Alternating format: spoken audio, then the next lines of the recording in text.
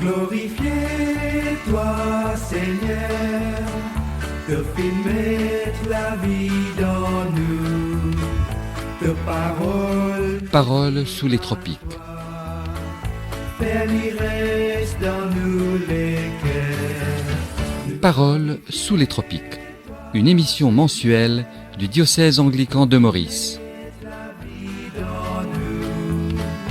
Te parole ne dit toi, faire l'ivresse dans nous les cœurs. Paroles sous les tropiques est une émission qui vous est présentée chaque dernier mercredi du mois.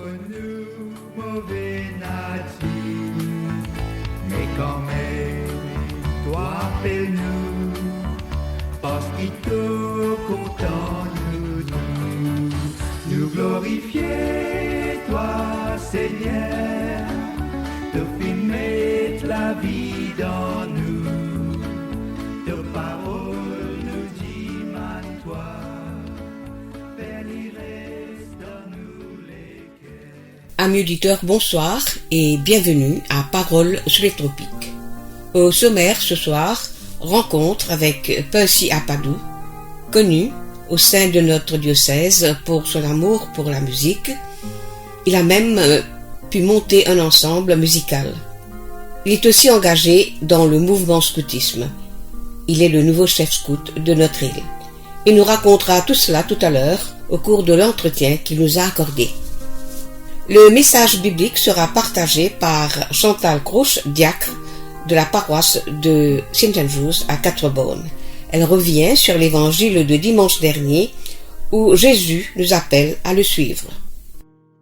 Pour tout de suite, écoutons un chant de louange. Table of Plenty.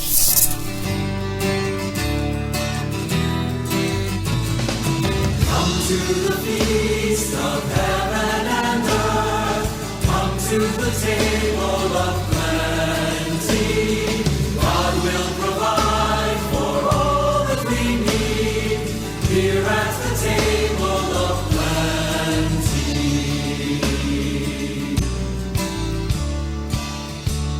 Oh, come and sit at my table, where saints and sinners are friends. I wait to welcome the lost and lonely, to share the cup of my love. Come to the feast of heaven and earth. Come to the table of plenty. God will provide for all that we need here at the table of plenty.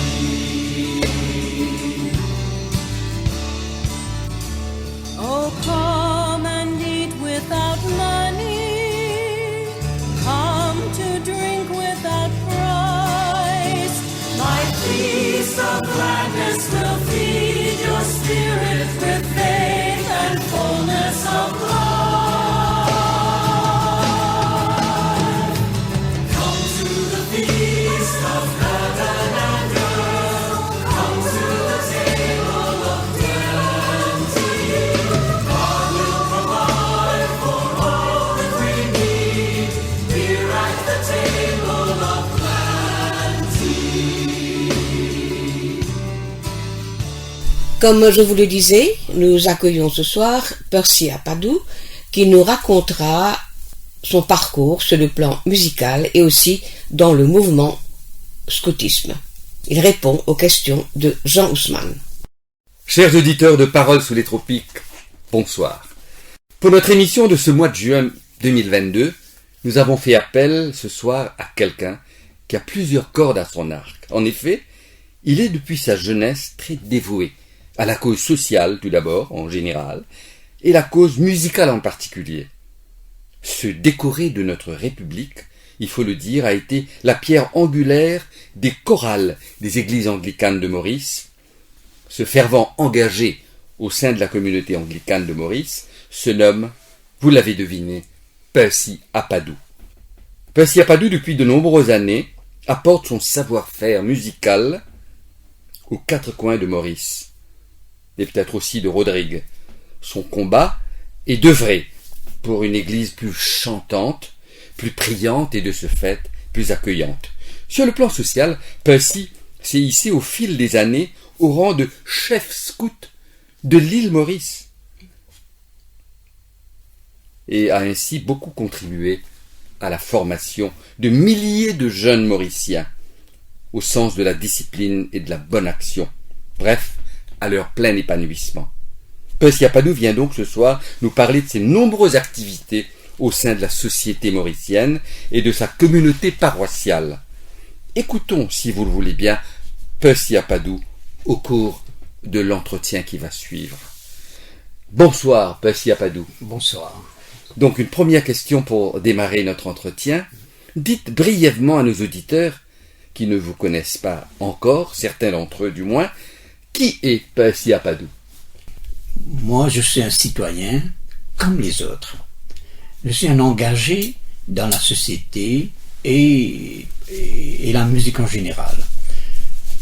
C'est un peu pour rendre hommage à mes parents et pour dire merci à ma famille et à tous mes camarades qui me soutiennent dans ma mission.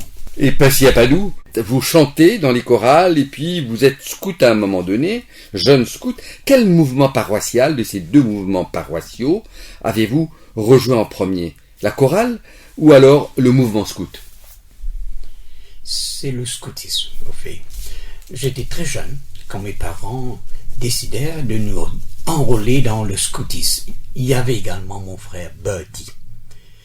On était dans le groupe de Maïbo avec Mike Djangerkan comme chef. Mike, par la suite, devint un pédagogue. Puis, je me suis enregistré au groupe de la cathédrale Saint-James à Port-Louis, avant d'aller au groupe de Saint-Thomas à Beaubassin. Vous avez consacré, je comprends, presque toute votre vie au scoutisme, Percy Apadou. Ce scoutisme connu et lancé par Baden-Powell en 1907 pour contribuer au développement des jeunes. En tant que chef scout à l'île Maurice, quel regard portez-vous aujourd'hui sur ce mouvement? C'est une très bonne question. Et effectivement, Lord Robert Baden-Powell fonda le scoutisme en 1907 pour l'épanouissement des jeunes, le développement mental, social et spirituel de chaque individu à travers un programme d'apprentissage par l'action. Dans ce monde moderne, si on n'avait pas le scoutisme, je crois qu'il faut absolument l'inventer. Parce qu'aujourd'hui, les jeunes sont confrontés avec beaucoup de fléaux dans un monde changeant. Donc le scoutisme peut leur donner des activités saines pour rendre le monde meilleur. C'est là une des valeurs d'être dans le bénévolat. Le grand Mahatma Gandhi a dit que la différence entre le possible et l'impossible, c'est la détermination. Percy Apadou, je vous mentionnais au départ, on mentionnait au départ la musique, donc je viens à cet autre aspect de votre intérêt. La musique, il faut le souligner, surtout la musique d'église. Dites-nous comment tout cela a commencé. Décrivez brièvement pour nos fidèles auditeurs votre itinéraire depuis votre première chorale jusqu'à prendre la direction de la chorale œcuménique. C'est-à-dire, tout a commencé alors que j'étais dans la chorale paroissiale à l'église de Saint-Thomas à Beaubassin. Je chantais la partie de ténor. Et à partir de là, j'avais pris une décision d'apprendre à jouer de l'orgue. C'était pas facile d'apprendre sur le tas avec quelques personnes qui vraiment me soutenaient. Permettez-moi de mentionner deux noms, Madame Simiotti et Madame Jadessi, qui préparaient les cantiques avec moi. Et j'ai également eu la chance d'avoir eu deux autres personnes qui m'ont beaucoup encouragé, notamment notre ami Yves Kandasamy et M. Philippe Ossan. C'était ainsi que, quand M. Yves Kandasamy partit avec sa famille en Australie, le diocèse anglican m'a confié la chorale diocésaine et par la suite la chorale œcuménique. c'était vraiment merveilleux de chanter le Seigneur ensemble avec des personnes de diverses foi. Si vous mentionnez tout à l'heure l'orgue, donc vous avez touché à cet instrument. Est-ce que vous jouez d'autres instruments de musique? Bien sûr, l'orgue d'église est mon premier instrument. D'ailleurs, je suis toujours organiste. J'ai également appris le piano classique, la flûte, le cor que je jouais dans l'ensemble instrumental, le Promusica dirigé par M. Philippe Hossan, un Mauricien d'exception. Donc toute une palette d'instruments de musique. Et un jour, animé de votre logique entrepreneuriale, Percy Apadou, vous décidez de lancer votre école de musique. Et vous allez la nommer d'un nom très évocateur, Arpège. Arpège. Parlez-nous un peu plus d'Arpège, ce conservatoire de musique que vous avez fondé. Effectivement, Arpège, école de musique, c'est une très grande aventure. Au fait, l'idée est venue de mon épouse Sylvie. On a développé cette idée et Arpège, école de musique, prit naissance le 21 juin 2002, donc 20 ans cette année. Percy Apadou, pouvez-vous nous donner, nous avons des auditeurs qui sont probablement intéressés par la musique et qui souhaiteraient bien entendu demain se faire inscrire à une école de musique. Pourriez-vous nous dire comment ça se fait? Où êtes-vous? Quelles sont les dispositions que vous mettez, les facilités que vous mettez pour les inscriptions de ceux intéressés? Merci pour l'occasion qu'on nous donne.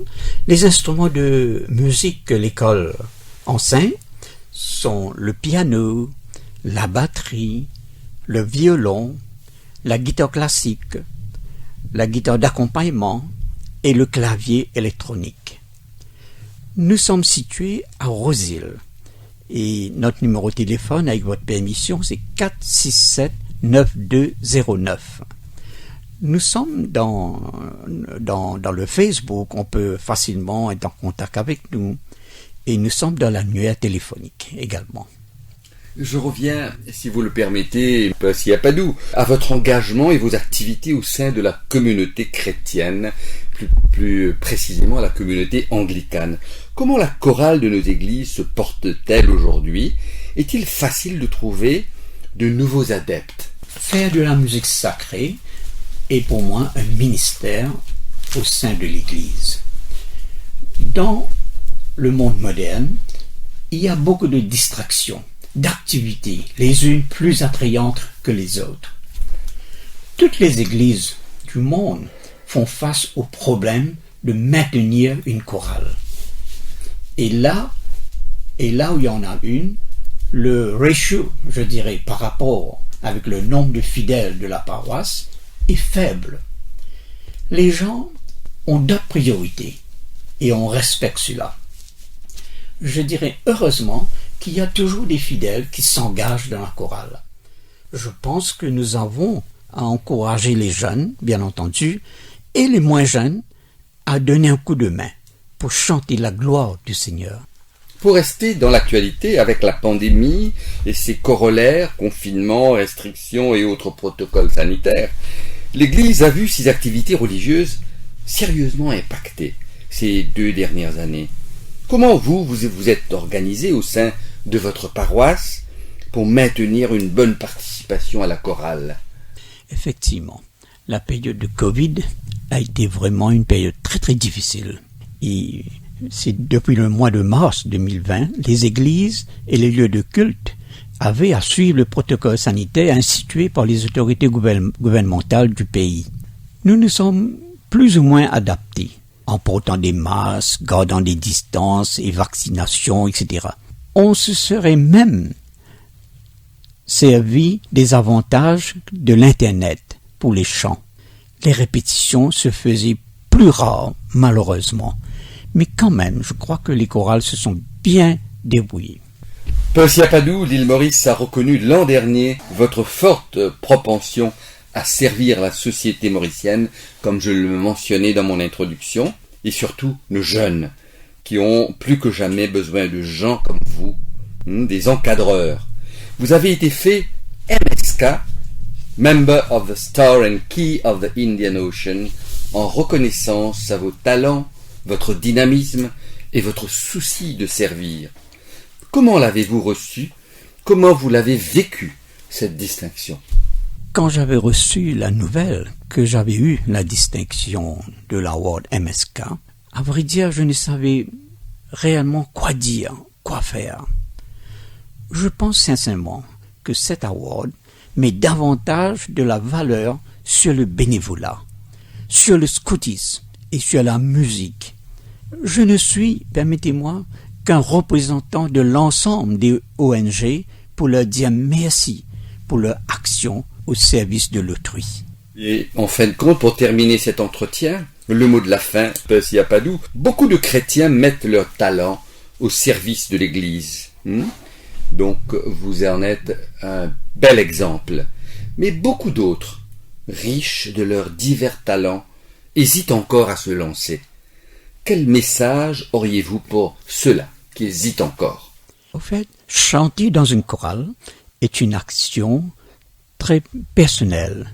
C'est même une prière, je dirais. Nous sommes vraiment reconnaissants envers toutes les chorales du pays. Elles ont la bénédiction divine pour pouvoir chanter l'Évangile. Cependant, ceux qui sont riches avec le talent, comme vous le dites si bien, je rappelle que dans la Sainte Écriture, il est dit que nous devrions tous mettre nos talents et autres moyens au service des autres. Aujourd'hui, permettez-moi de les inviter à venir prêter leur concours, car la moisson est grande. Je leur dis merci bien d'avance. C'est à nous de vous remercier pour ce temps passé au micro de Paroles sous les tropiques. Nous vous souhaitons de poursuivre votre fructueux travail au service de la société mauricienne et auprès de l'Église. Que vous soyez une inspiration pour nos jeunes, et surtout sur ce que vous venez de dire, qui ont plus que jamais besoin de balises, de repères, et surtout de modèles pour s'orienter demain. Que le Seigneur Tout-Puissant affermisse votre fougue et votre détermination à servir l'Église du Christ dans cette exaltante mission de chanter et d'annoncer la bonne nouvelle de notre Seigneur Jésus-Christ. Et pour terminer, comment oublier de souhaiter un bel anniversaire à Arpège qui souffle cette année ses 20 bougies. Bon anniversaire à Arpège et bonne chance à vous, Percy Apadou. Merci bien. My Jesus, my Savior, Lord, there is none like you. All of my days, Lord, I want to the wonders,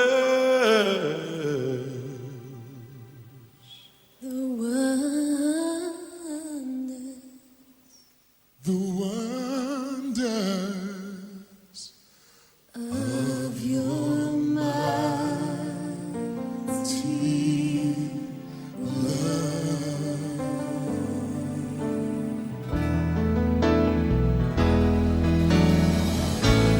My comfort, my shelter, tower of refuge and strength,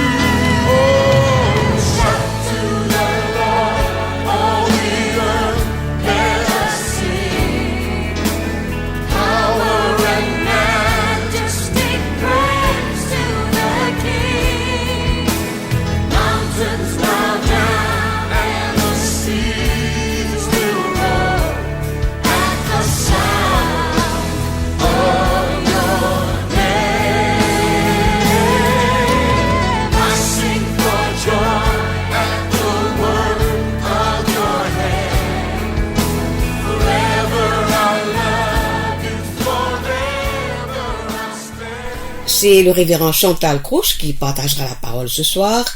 Elle a intitulé son message « À la suite de Jésus ».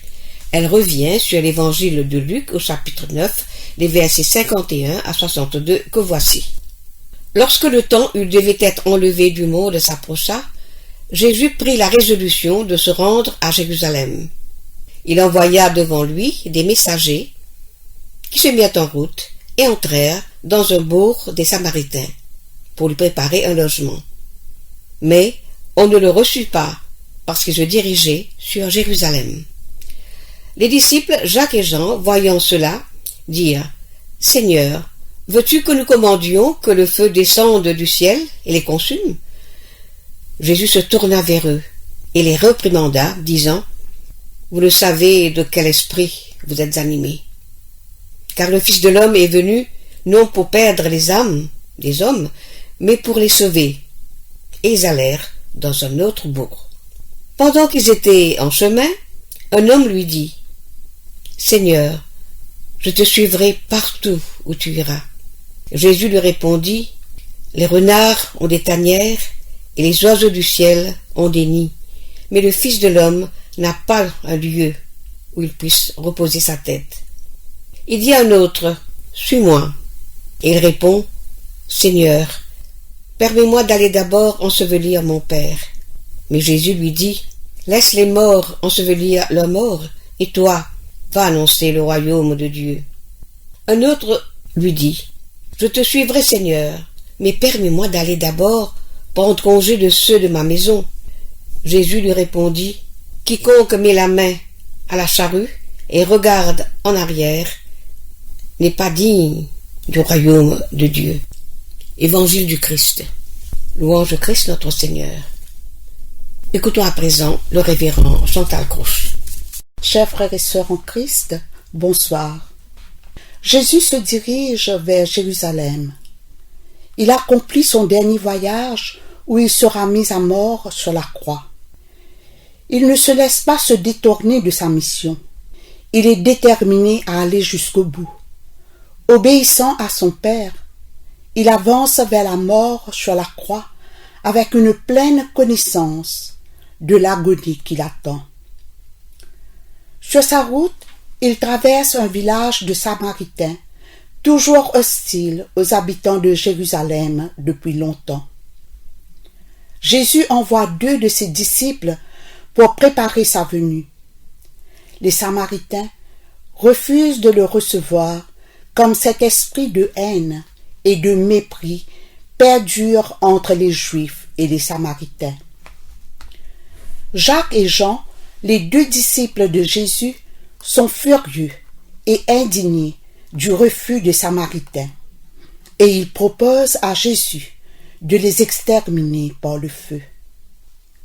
Malgré tous les enseignements de Jésus, ses disciples n'ont rien compris.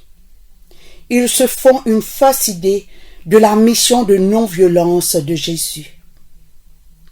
Ils ont toujours en tête cet esprit de vengeance et de jugement, tout comme le prophète Élie, qui exerçait les jugements de Dieu dans l'Ancien Testament. Suite à ces propos, Jésus leur rappelle qu'il n'est pas venu pour juger l'humanité, mais pour la sauver. Tout au long de son ministère, Jésus n'a pas cessé de prêcher l'amour et le pardon. Ses enseignements invitent tous à répondre à ceux qui sont dans le besoin, à accueillir et soutenir les plus vulnérables, les malades, les enfants abandonnés, les personnes handicapées et autres. Jésus en profite pour leur dire que la route avec lui est difficile, remplie d'obstacles. Les versets qui suivent nous parlent de ceux qui désirent suivre Jésus. Pour le faire, Jésus nous rappelle que l'enthousiasme ne suffit pas. Il faut savoir abandonner son bien-être, laisser au second plan les liens familiaux, les liens les plus forts. L'appel de Dieu doit être au premier plan, doit être prioritaire. Jésus se sert de l'exemple de celui qui laboure la terre en se servant d'une charrue. Cet homme ne peut pas la conduire s'il regarde constamment en arrière. Pour bien y arriver, il faut qu'il regarde droit devant lui. La réponse de Jésus est exigeante. Ne regarde pas en arrière. Cette réponse exige l'engagement total. Ce texte de l'Évangile, ainsi que le texte de saint Paul aux Galates, au chapitre 5, nous parle de l'obéissance et de l'amour. Il y a l'obéissance du Fils au Père et de l'amour du Père à l'humanité. L'amour de Dieu fait de nous des êtres libres. Tout comme Jésus, il a marché vers Jérusalem librement et il a obéi à son Père en continuant sa mission pour libérer l'humanité de ses péchés. Sur la route qui a conduit Jésus vers la croix, vers sa passion, suivre Jésus semble très difficile. Même aujourd'hui, il faut avouer qu'il n'est pas plus simple qu'au temps des disciples d'être des messagers de la bonne nouvelle. Jésus s'adresse à chacun de nous aujourd'hui en nous imposant les mêmes exigences. Mais avant tout, il nous propose la liberté d'aimer et d'accepter nos frères et sœurs tels qu'ils sont. Suivre Jésus est une action qui se fait en toute liberté. Être libre de servir Jésus. Servir est l'action qui traduit l'amour de Dieu pour nous. Ce texte de l'Évangile met l'emphase sur la liberté et l'amour pour mieux servir, pour mieux aimer notre prochain. Chaque jour, nous avons à nous défaire de ce qui fait obstacle dans notre cheminement avec Dieu. Nous avons à vivre l'appel qui est servir avec amour. Nous sommes tous appelés à être témoins de cette bonne nouvelle, à être témoins de l'amour de Dieu et de sa fidélité. Amen. I, the Lord of sea and sky, I have heard my people cry, all who dwell in dark and sin, my hand will save. I who made the stars of night, I will make their darkness bright. Who will bear my light to them? Whom shall I send? Here I am, Lord. Is it I, Lord? I have heard you calling in the night. I will go, Lord. Pour rappel, cette nouvelle de notre diocèse, le diocèse organise un brainstorming le samedi 9 juillet en l'église de Holy Trinity à Beauzile dans le cadre des préparatifs au synode diocésain qui se tiendra le 8 octobre prochain. Un recensement est aussi fait dans toutes les paroisses, toujours dans le cadre du synode diocésain. Et voilà, c'était Paroles sur les tropiques. Chers amis, c'est ici que nous allons prendre congé de vous. Je vous remercie de votre attention. Merci également à Alain Juste pour sa précieuse collaboration technique. Nous serons de nouveau sur les ondes le dernier mercredi du mois de juillet à partir de 19h30. En attendant, nous vous disons au revoir, que le Seigneur nous accompagne tout au long de ce mois. I will speak my word to them. Whom shall I send? Here I am, Lord. Is it should I, Lord? I have heard you calling in the night. I will go, Lord, if you lead me. I will